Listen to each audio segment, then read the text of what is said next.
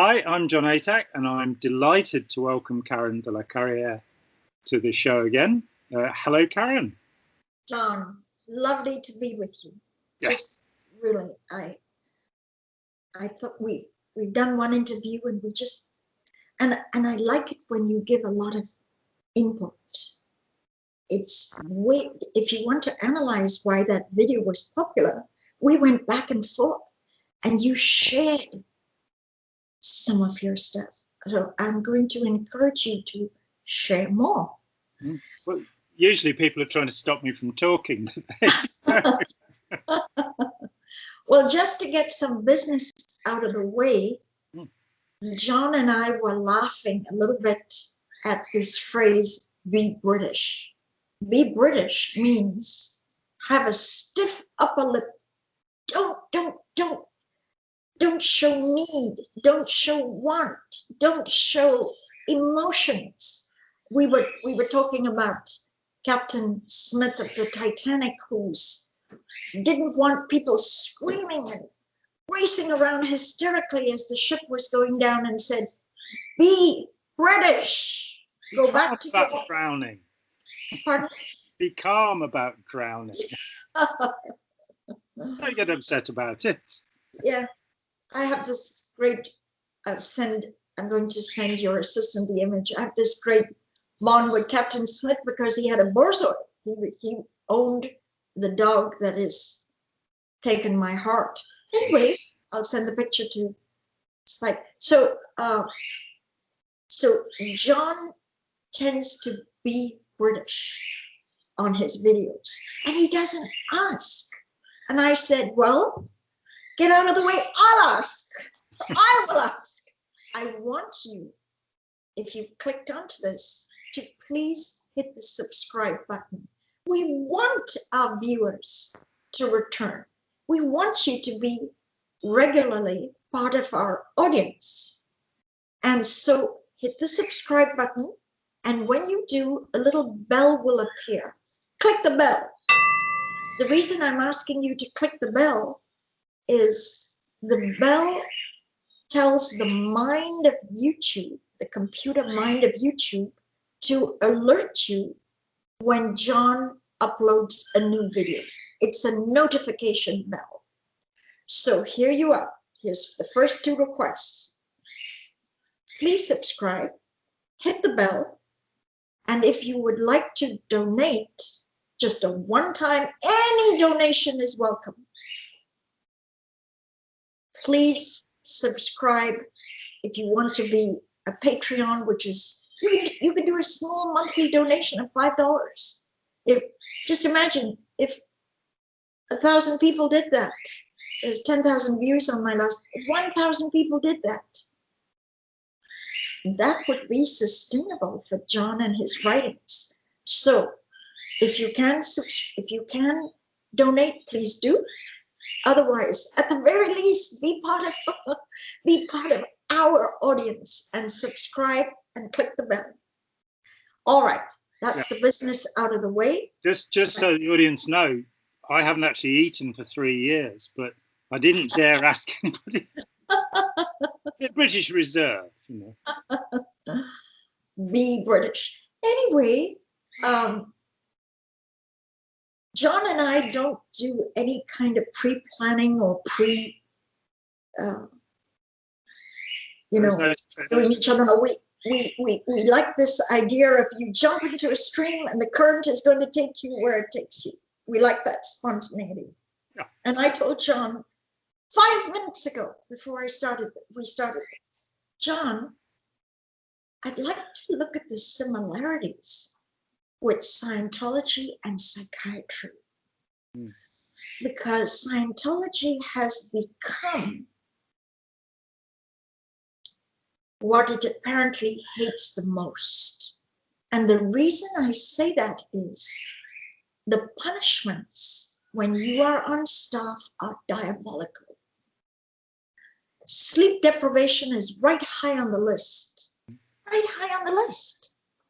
And sleep deprivation has been named by the CIA as a form of torture. Torture. Royal The Road to Geneva Convention, huh? Go ahead. Road to Confession. It was a Guantanamo Bay interrogator. He said, sleep deprivation is the royal road to confession. You want to control people, take their sleep away. And the Geneva Convention outlawed it because it's too harsh a punishment. The human body takes a great toll. Well, in Scientology Sea Org, sleep deprivation is the order of the day. People would fall asleep standing up, and it was done for things like construction. You had to work around the clock for buildings, so that their real estate was pumped up, that their real estate books would look better. But it's also used drastically for punishment. And has been used. Sleep deprivation. Well, there's a specific instance that Hannah Eltringham has spoken about, that when she was appointed ethics officer, I think it would have been on the Avon River, on the first ship, there'd been a cock-up involving the wireless. And so Hubbard ordered that the wireless operator would have to stay awake until a new wireless arrived. And it took 5 days. And Hannah, bless her, decided that although this was just an insane thing to do, she would therefore stay awake with him for 5 days. Now, you can't actually stay alive if it's known with rats that if you sleep deprive them, they die. What will actually happen is you'll have micro sleeps. You'll have loss of consciousness. But as you say, you're working on construction and you haven't slept enough. You're going to have accidents. People are going to get hurt, and they've covered up so many stories of this. I heard a story of a woman who fell from a height while working on construction and fractured her pelvis, which is not something you ever get over. But Scientology is so good at covering things up that news of it rarely leaks. But yeah, sleep deprivation. Point number one, a form of torture. Hubbard said, what you resist, you become when you lose. Has Scientology actually become the very beast that it's dreaded? Is Scientology, in fact, more damaging to human beings than psychiatry? Because the people who are coming into Scientology don't have mental illness usually. But they can be driven towards having a mental illness through this mistreatment. If they had a mental illness, they're an illegal PC and they're kicked out the door. So Scientology does not even take mental patients. But anyway, I'll tell you a quick little anecdote of a pretty girl who was very sweet and nice called Jenny Linson. Her father, Art Linson, is a director in Hollywood. Anyway, she did something wrong that royally pissed off David Miscavige. And she was ordered sleep deprivation, where she was not allowed to sleep for 7 days. 7 days. And then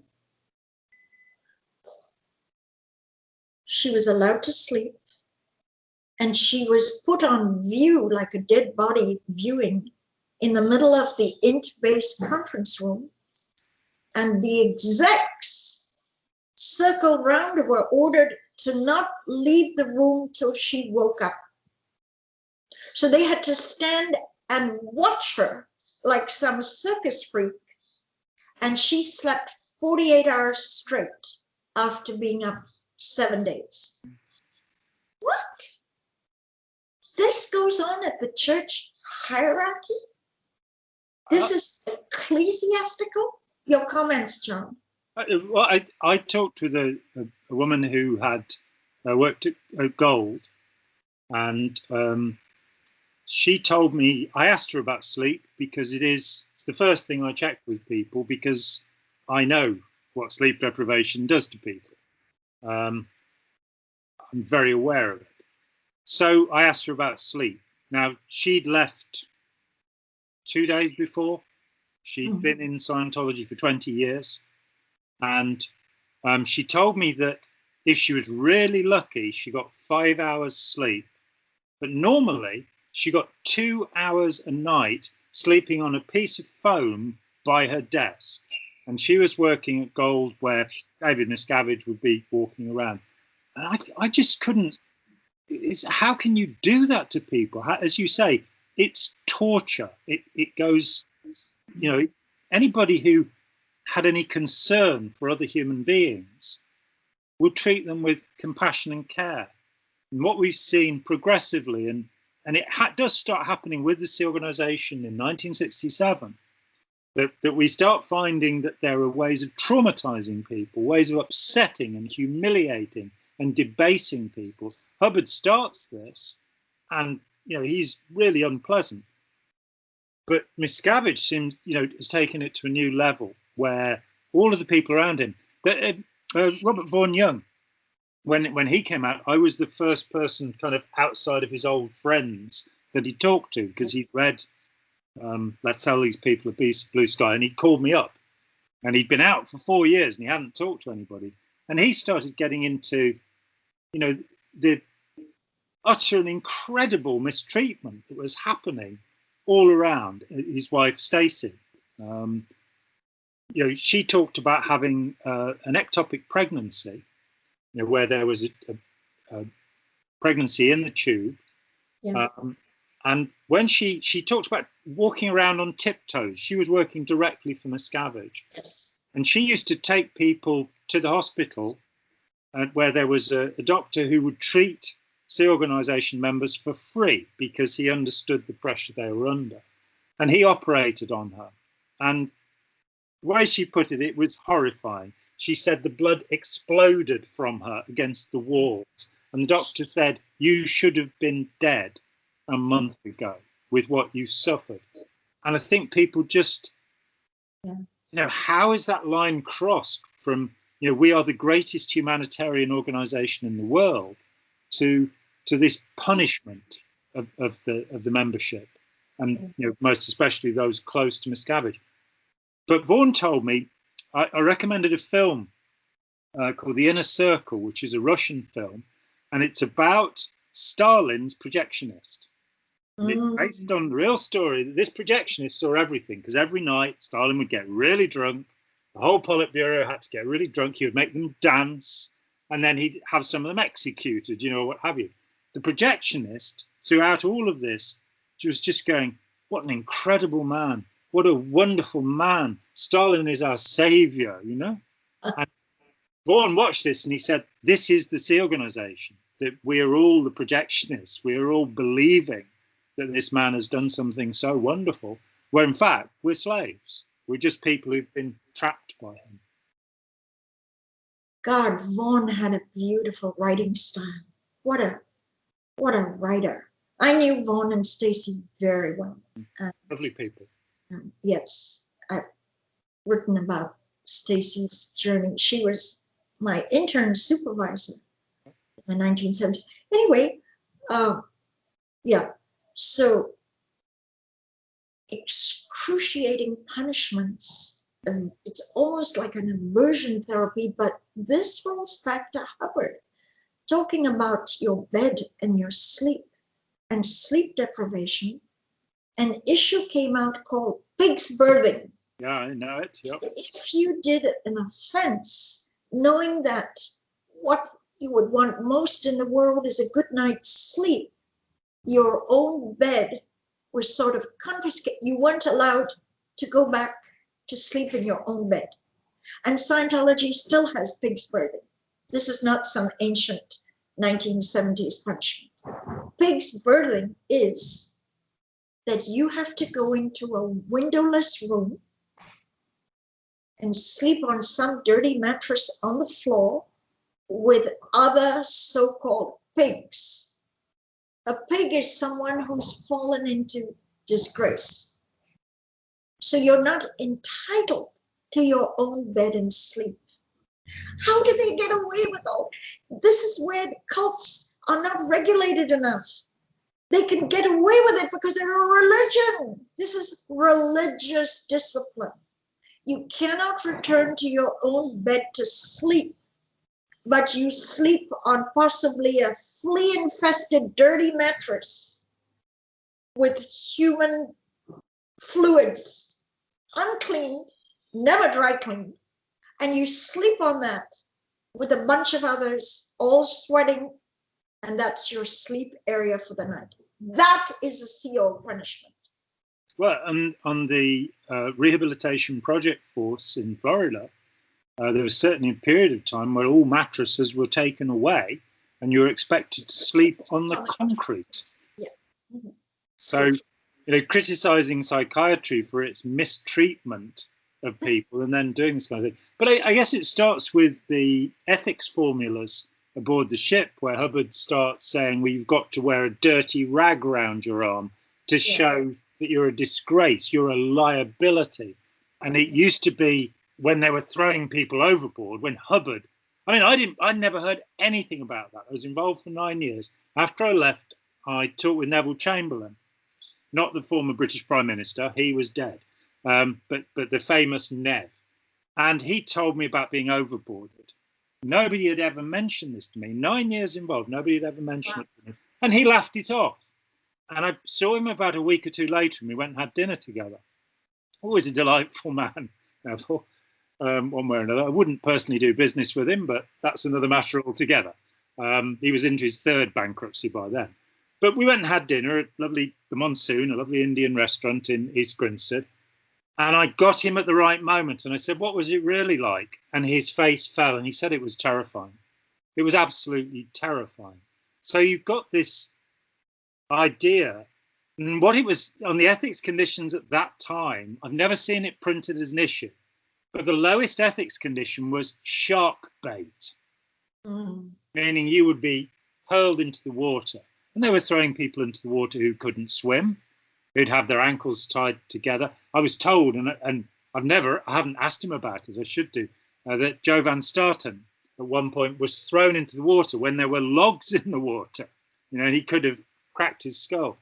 Otto Rose told me that he was keel hauled by Mary Sue Hubbard on the Avon River before overboarding started.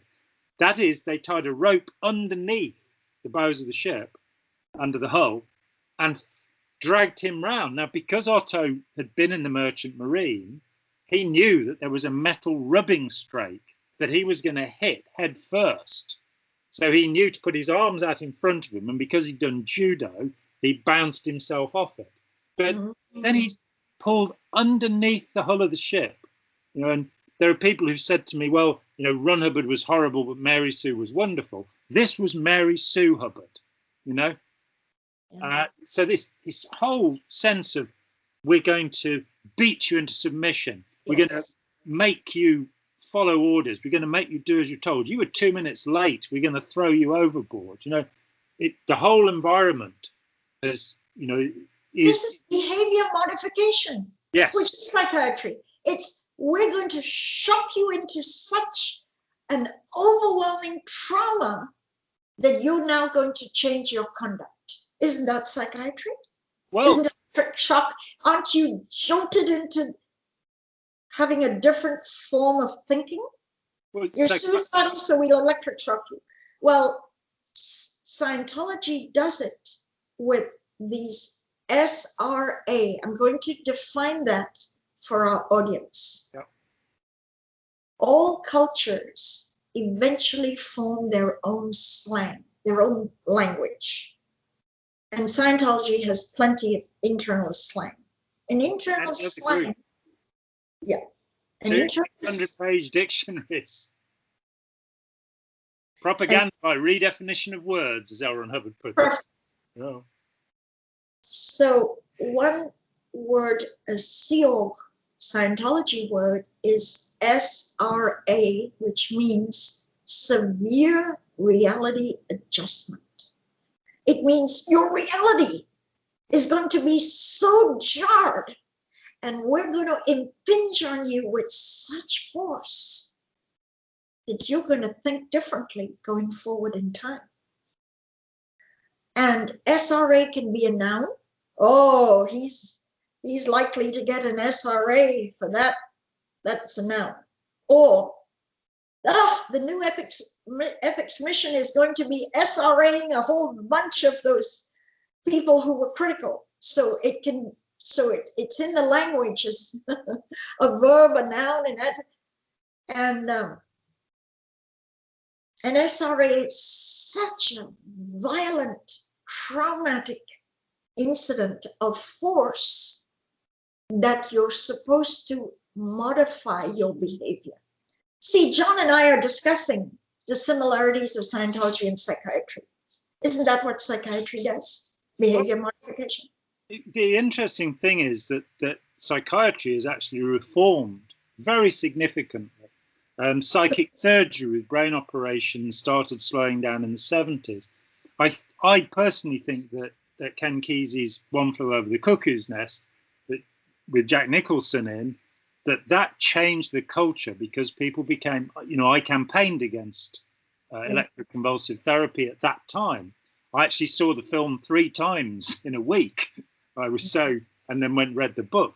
But psychiatry now, it's very rare. Electroconvulsive therapy is only used for chronic major depression. It used to be used on everybody. And not to say that there's been a reform where it's become, a thoroughly decent thing. But psychiatry as it was in the 1970s is gone. But that it is, it's more humane. There are more legal restraints. Scientology just gets worse and worse. Yes, it does. It does. It's almost on a pendulum swing of horrific. And there's, with all the exposés on the internet, they haven't tucked in or tried to manage a little lightening up of, once you're in the Sea Org and they've taken away your passport, they've taken away your ID, and you have little to no pay to buy an airfare ticket to escape, they really take off the gloves, and you're going to suffer whatever is laid out to you. Guy White is the husband of Suzette Hubbard, one of Hubbard's daughters, the next daughter after Diana. Yeah. And Guy White to this day has no idea why, wherefore, what he had done wrong. He was ordered to a little dungeon room in Big Blue below the surface of streets and cars. And one day he was ordered there. He waited 6 hours, no bath, no use of a toilet, no drinking water, nothing. David Miscavige walked in with his entourage. He always has a circle of supporters, his gang. It's a gang. And David Miscavige just whacked him in the jaw. Unbelievable. Just almost cracked his neck. Didn't say a word. And then walked out with his entourage. I'm giving you a graphic example. Now, Guy White has done podcasts with Jeffrey and me telling the whole story. It's like, this is already on the internet and stuff like that. But the reason I tell this little anecdote is it's Sea Org conduct that a senior can just go in and do a violent act, a heavy punch on a lower level person who absolutely cannot fight back. Remember, he had a 6-hour wait where when you're locked in a dungeon for 6 hours, you're not in good shape. You're anticipating the worst. You've heard all kinds of horror stories. But if Guy White tried to fight back, those 5 people circling David Miscavige would have just body slammed him and taken him out. David Miscavige never did these things alone. He always had an entourage. In fact, talking about punishments, this is so hilarious. Mark Fisher was the coordinator between author services and Intbase. Because David Miscavige was running author services at the time. And when David Miscavige gave Mark Fisher came down a ladder and David Miscavige punched him and blood was streaming down his nose. His assistant, his wife, Shelley, already had a first aid kit in her belt, and she took out the hydrogen peroxide and the cotton swabs and all that. And the one thing that struck me in that story was it was already anticipated that he was going to draw blood and punch, because they're walking around with first aid kits to repair the bloody noses that he gave. What does that tell you, John? It tells me it's a tyranny.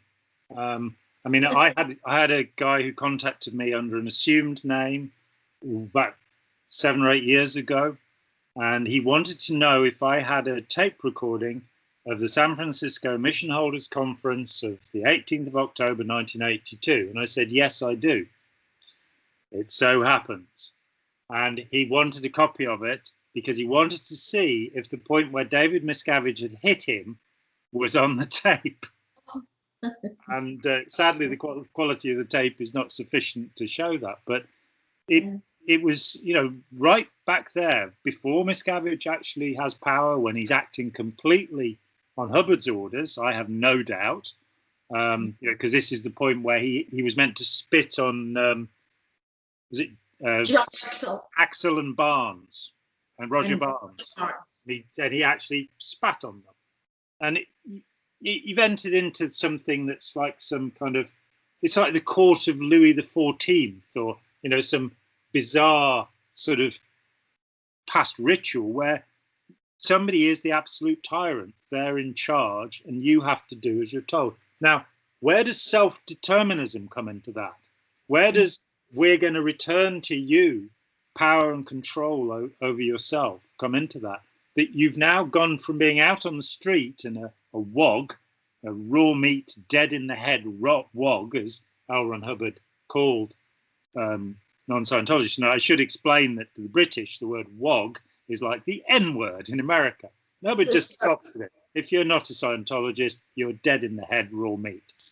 But when you're out there, dead in the head raw meat wog, you have whatever self-determination you have, self-determinism. In Scientology, only when you conform completely to the thinking of Ron Hubbard are you acceptable, which means, you know, you can't ever rise to the point where you'll be able to see how the universe works and develop any technology to help anybody.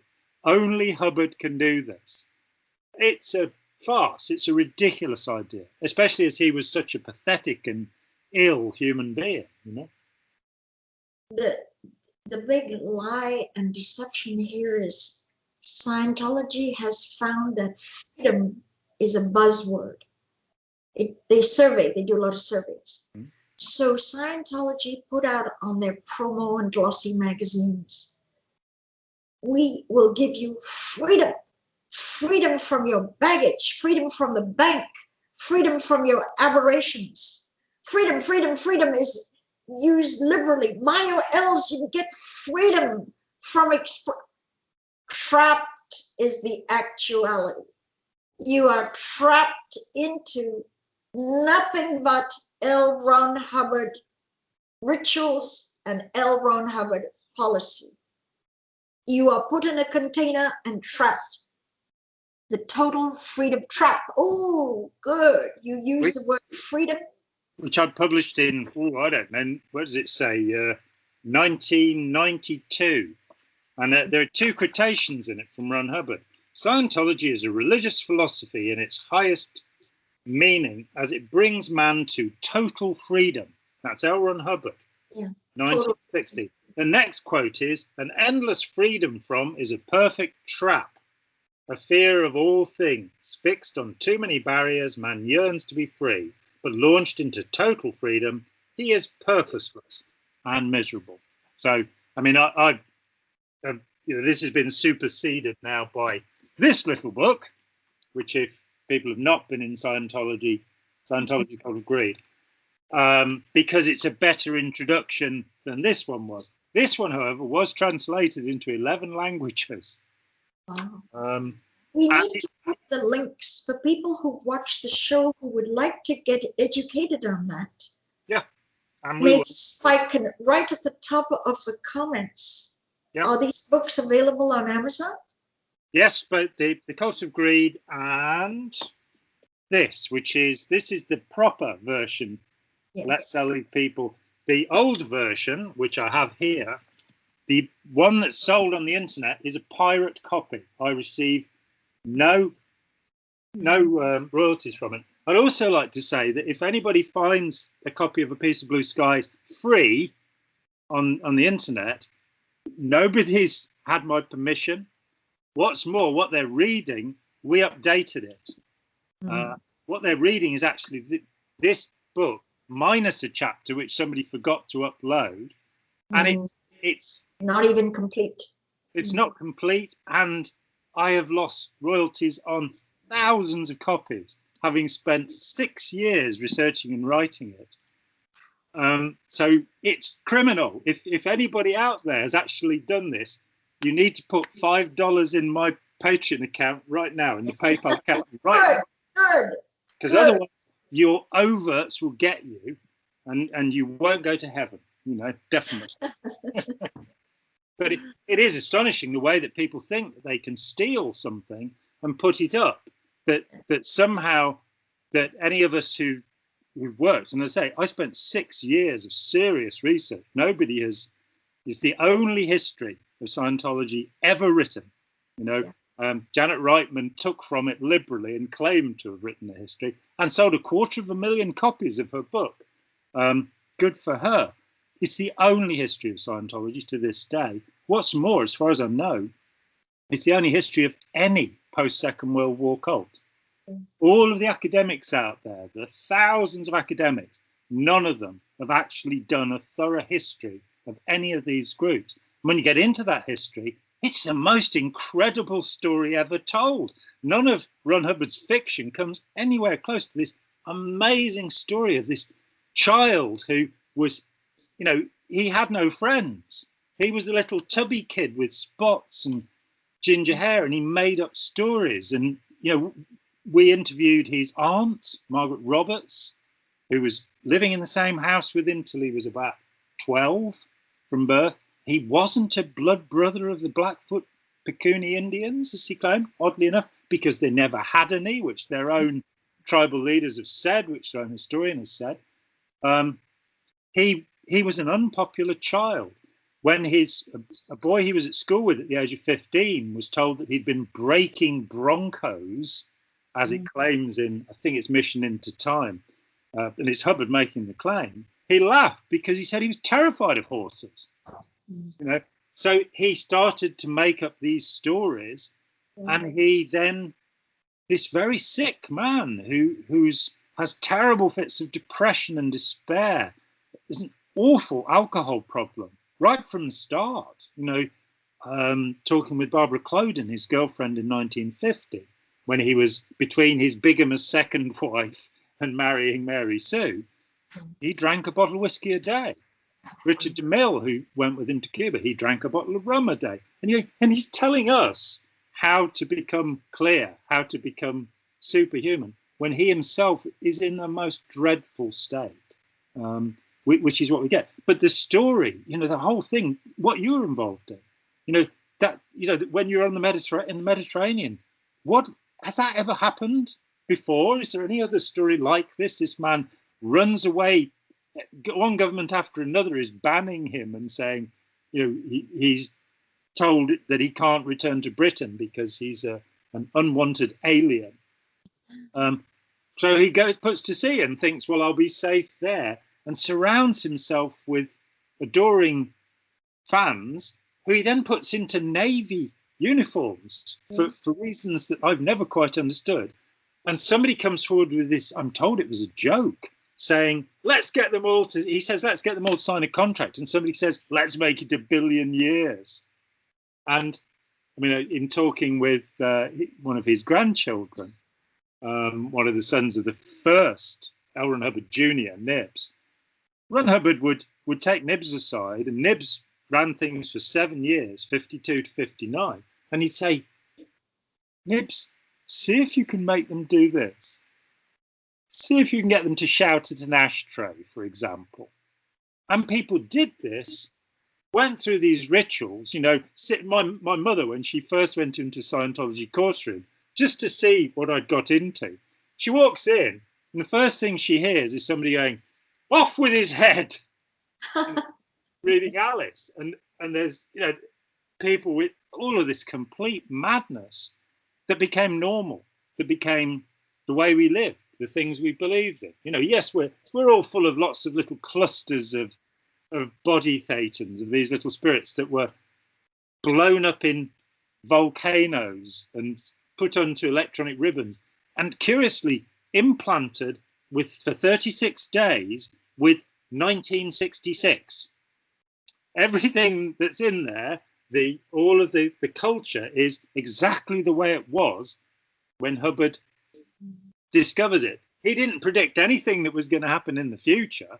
This alien culture 75 million years ago had made 1966, where you'd have the DC-8 aeroplane and the fedora hat and all of those wonderful covers to the books in 68, which were meant to re-stimulate people into buying Scientology, which is another aspect that he's basically trying to lure people in using hypnotic means.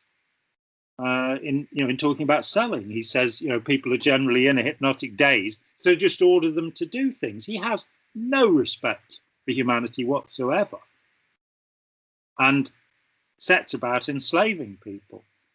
Then it's funny. A friend of mine, he got into Scientology, then he left, then he got back in, and during the year or two while he was out, which was in the 70s, he was writing me letters.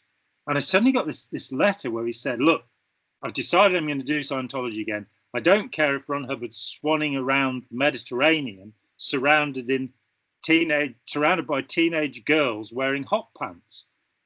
I didn't know what he was talking about. It was only after I left that I saw the photographs of all the teenage messengers in their little white hot pants suits. I'm going, what sort of pervert was this guy that he wanted to be surrounded by 13-year-old girls, who would put his socks on in the morning, This is, what a story. What an incredible story. It is. It's, I like that phrase, beyond belief. Yeah, incredible. That was well spoken. That was very, very well spoken. So we were looking at how much Hubbard despised psychiatry. And there's just hundreds, if not thousands, of references buried in all the red and green volumes of the evil of psychiatry. Yet we're looking at the commonalities of how Scientology carries on, which is psychiatric. Yeah. Psychiatric.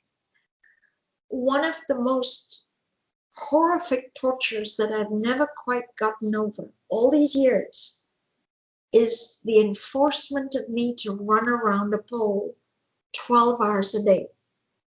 No one can run 12 hours a day. But before I get into my torture, did you know someone called Don Larson?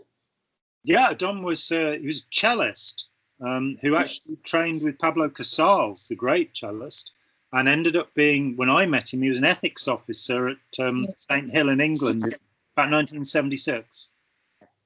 Well, Sweet man. He rose up the ranks and became Int Finance ethics officer. The Int Finance police went around to different missions who had to cough up $40,000 a day to be audited. And basically their bank accounts were just taken over by the cult. The cult just took them over. Can we just interject that the head of the International Finance Police, whatever goodness Don Larson did have at one time, he took on the color of the enemy and became really a sort of heavy hussar enforcer. He was an enforcer. And he summoned me in 1982 in November to his office. At that time, I was the Class 12 CS, case supervisor. Yeah. Which is the highest position in the counseling of Scientology, the highest.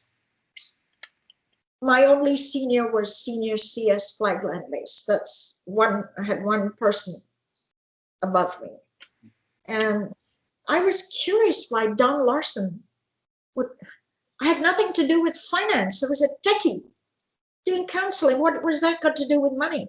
Because he was in finance ethics officer.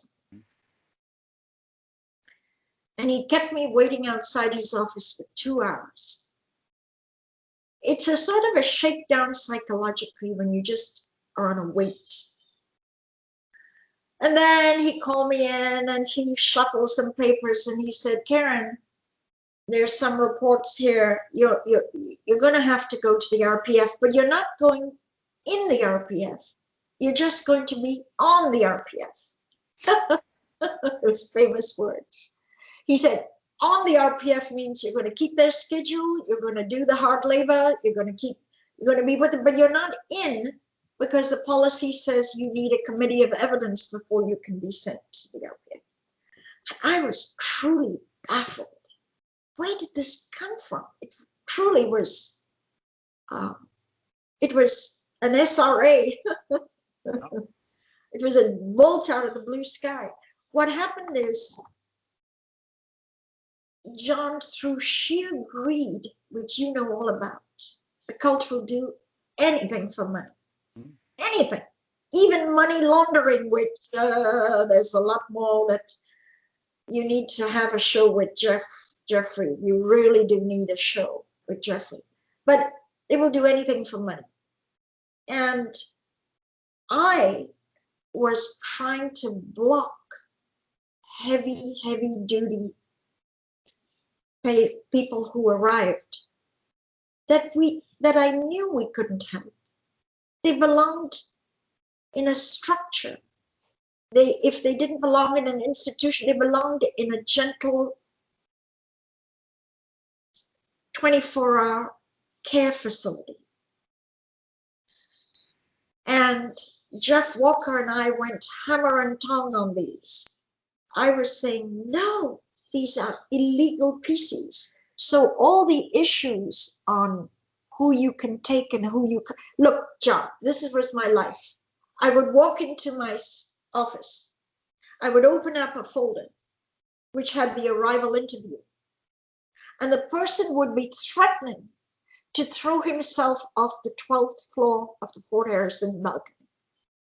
And his opening interview would say, I paid $50,000. That was my entire inheritance that the salespeople took. And they said you could crack my case. Well, you better do it for $50,000. And if you don't, I'm going to throw myself off. So suicidal threats, which, look, John, in my watch, as I ran the technical division, nobody killed themselves. There was no Lisa McPherson. Nobody hurled themselves off. But my life, I used to run to Clearwater Beach over the causeway every night to exhaust myself because I couldn't sleep, because I was so wired, because I knew what the consequences would be if there was a death on my watch. I knew.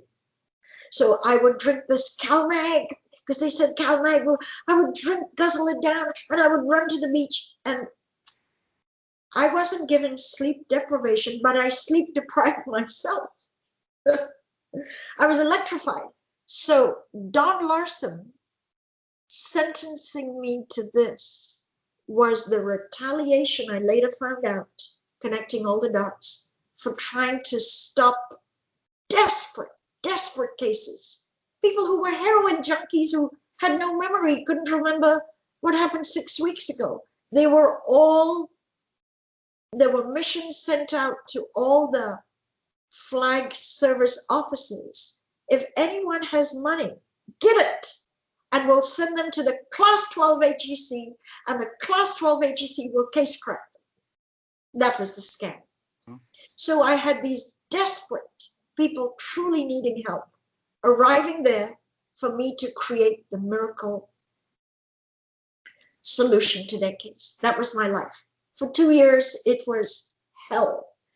Only because I was so electrified as to what would happen if I couldn't help. what would happen if I didn't write something brilliant to calm them down and take them away from suicidal thoughts. Some people arrived at Flag and filled up their medicine cabinet in their all the rooms in the Fort Harrison have their own private bathroom. And the private bathroom shelves would be filled up with the drugs they were currently on, a cocktail of 22 drugs. That's what my duty was to handle as the class 12. That was my life for years. So then Don Larson summoned me, and the next thing was the torture program. Run around a pole 12 hours a day. I know all about freedom and trapped. On that program, you can't even rest for more than 10 minutes without being shoved back onto the track. Your ankles swell, your knees. It was torture, John. And we're likening Scientology procedures to psychiatry. Even psychiatrists wouldn't make someone run around a pole 12 hours a day pretending it was spiritual. Comments? Oh, so many. Firstly, the head of the International Finance Police was called the International Finance Dictator. Yes. That was a word that bothered me. As soon as that came along, I left. The punishment, the running program, it does have something we can compare it to. Oscar Wilde, the great Irish poet, dramatist, and thinker, was subjected, after he was sent to prison in Reading, he was subjected to the treadmill punishment. And Oscar Wilde was actually quite a large, healthy man. But the treadmill, you just walk in it all day long, and exactly what you're describing would happen. Your knee joints would begin to go. You know, your back would start to go. So by the time he had finished that punishment, and it was a standard punishment, you know, like breaking rocks or, you know, on a chain gang, standard punishment, he was physically destroyed. He never recovered from what was done to him. Didn't know that. We both, of course, knew David Mayo. You knew him well. I met him off and on over the years and interviewed him. When I first met David in 1986, I'd been in touch with him for a few years, but then I met him and spent a few weeks where we'd see each other at Palo Alto when he was there. And there was something strange about David that I didn't quite understand. He seemed very cold, you know, he seemed very withdrawn. And it was only when I came to talk with him many years later, the last time I talked to him was in 2013, that I realized what. And what had happened was that on the running program, he'd lost all of his teeth. And the reason he was not smiling was because he was having significant dental repair. This is part of a program that's going to liberate humanity. The calcium gets drained. The calcium, all the minerals in you when you sweat. This is in the California sun. He was isolated from the other. He breathes. Yeah.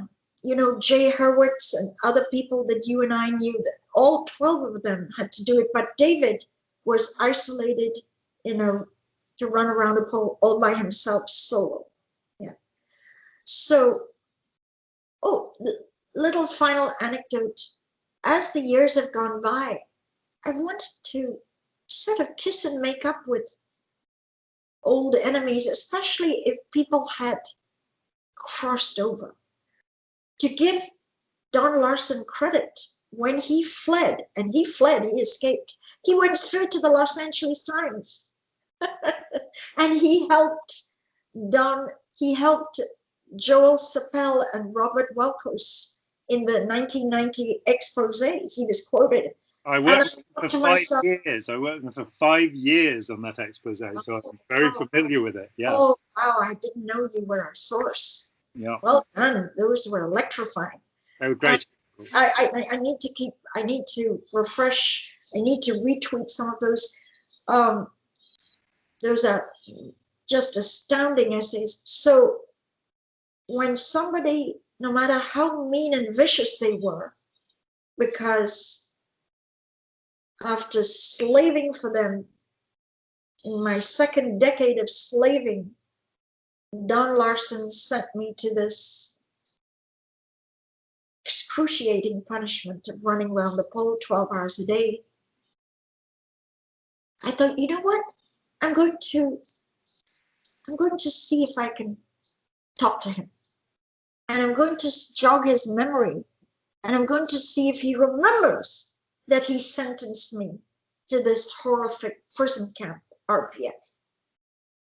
And somehow or other, I got hold of some mutual friend in Canada who really knew Don well, and they were socializing and all. And I begged of his friend to say, Karen de la Carrière wants to mend the, like, can she just talk to you? She's never gotten over her RPF, and it would heal. Because even though you were just obeying orders on telexes, you were the one who told her, you're going to the RPF, but you're not going into the RPF, you're going on the RPF. It's all a matter of prepositions. Yeah. Anyway, the end of the story is Don Larson refused to talk to me. He said, no, he didn't want to. He was done with all of that and he'd moved on, and he had no interest. And I told our mutual friend, I said, it would heal me just to talk to him for maybe 1 minute, and we could just laugh at all that stuff we believed in. We need laughter. We need to grab it with boxing gloves and throw it, hurl it into the Milky Way, because we're done with all of that crap. Grab it all with hypothetical fantasy gloves and do some baseball pitch arm swings and hurl it into the Milky Way. But the mutual friend of Larson, and he tried, and he said, Karen, I am so sorry. Don doesn't want to. He doesn't want to. He's a cellist now. And that was, I will gladly, I will gladly make up with someone if they really reach out to me. I want to I think we should end on a hilarious short story, and I want your input. Surely. When I was in this horrible Nazi valence stomping around in uniform on RTC missions, of which I did several, I sentenced someone to the RPF. You see, I've got my transgression. And there was this guy at Aole, and I sentenced him to the RPF. But I felt guilt about that for years. It hung in my conscience. I was completely throwing around power, which was just, and one day, lo and behold, Los Angeles has a lot of parties and get-togethers. I ran right into him, face to face. And I threw myself on my sword. And I said to him, I am so, so sorry. I've thought about you for years. I was wrong. I ask forgiveness. And he spread out his arms and he hugged me and he said, Karen, stop. Thanks to you, I blew the next day. I was gone. I didn't do that RPF that you've been dreaming about for years that I did. I have to thank you because this stupid punishment propelled me to escape. Yeah. And I've always thanked you for that. So here I am for years being miserable that I sent someone to this prison camp, but instead I helped him escape. Input, John, input. Well, curiously, the only thing I regretted about Scientology, all the people I got in left, and about 10,000 more as a consequence of what I did. So, the only thing I really regretted was that the day that my first wife was given a severe reality adjustment, which I'd never experienced this. It's in our home, and the man involved, who we both know, and I'm not going to name at this point because he's a good guy and doesn't deserve to be criticised for this. He screamed his head off at her from 6 inches in front of her face, telling her she was suppressive, she was trying to destroy me, all of this stuff. And I was outside the door, sort of wondering what's going on. But he, he's a former Hubbard aide. He's somebody who really knows all of this stuff. He's a Class 8 auditor. He's all of this stuff. He's one of the most, well-known and well-loved Scientologists. So I hesitated, and I didn't see him again for 3 days because it was the weekend. And when he came back, I said, why did you do that? And we went through it, and it isn't written, it isn't true. And Hubbard did it to me, and that's where it comes from. And for years, I came back to that, and so I didn't stop him. And probably 25 years later, I'm divorced from my wife long since, 2 wonderful children, so no regrets. I brought it up with her and said, this is the one thing I really regret from Scientology. And she looked at me and said, I don't remember it. So yeah, the guilt we carry around and the reality. What a love. Yeah, the guilt we carry around. Yeah. Well, I think we hit a good point, but John, this is a good subject, and we got into it. But there's so many more mirrors of Scientology and psychiatry. So I want to propose and help you with a title to this get together, because we need to do part 2 of this. So we could do something like, if it isn't fun, it isn't psychiatry. But you've got to have the word Scientology, because Google search engines will only pull up your video, because people Google Scientology on YouTube. Well, we keyword as well, so Yeah.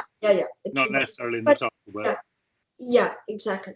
But anyway, it was really fun. It was truly fun, but there is so much more. And I don't think there's a single video on YouTube that shows that Scientology has become what they scream about, which you have said it mellowed out a lot from their early punishment days. But what's hilarious is they're pointing the finger at that as abominable conduct, whereas they're talking about themselves. Yeah. They're talking about themselves. Yeah. So I'd like to just end on one sentence. When Tom Cruise screamed at his crew, it made news all around the world. And I want to just end this video by saying that is an example of David Miscavige's SRA that he must have trained Tom Cruise on. Because what Tom Cruise did to his subordinates in that film crew was a poster child SRA. Do you agree? Well, it's an overgrown poster child. Leah Remini in Troublemaker talks about him losing his temper completely. Yes. Because the cookie mix wasn't ready for him to put in the oven. Scientology reduces people to childlike behavior and childish behavior.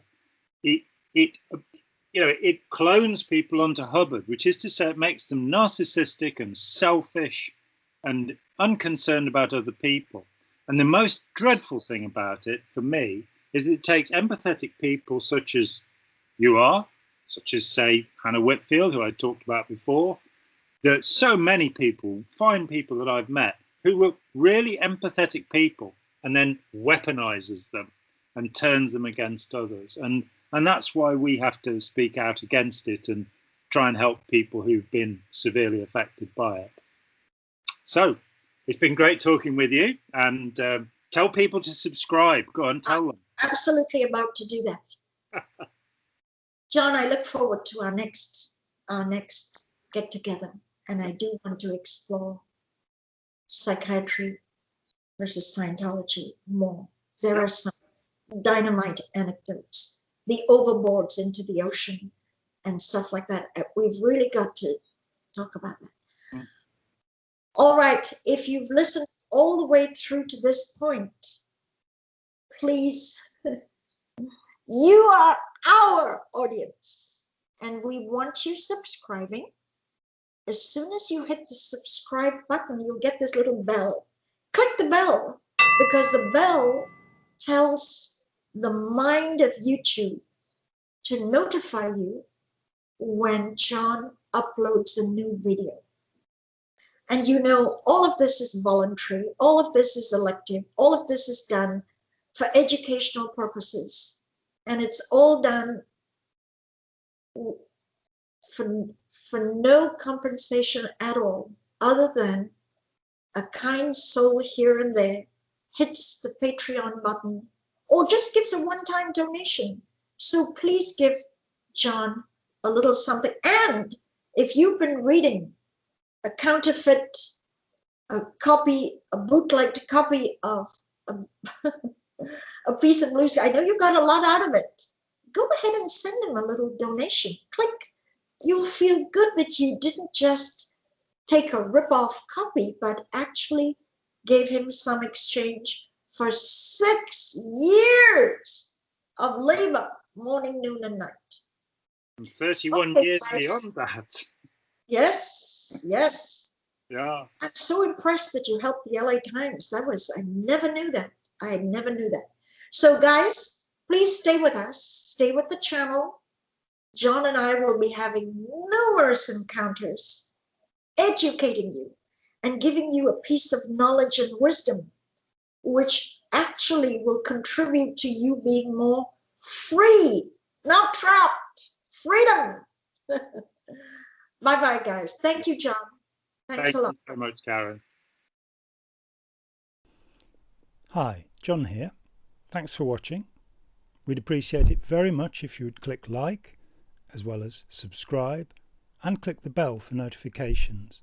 Every dollar helps, and we welcome new patrons on Patreon, or you can make a one-off payment with any currency through PayPal. Thanks so much.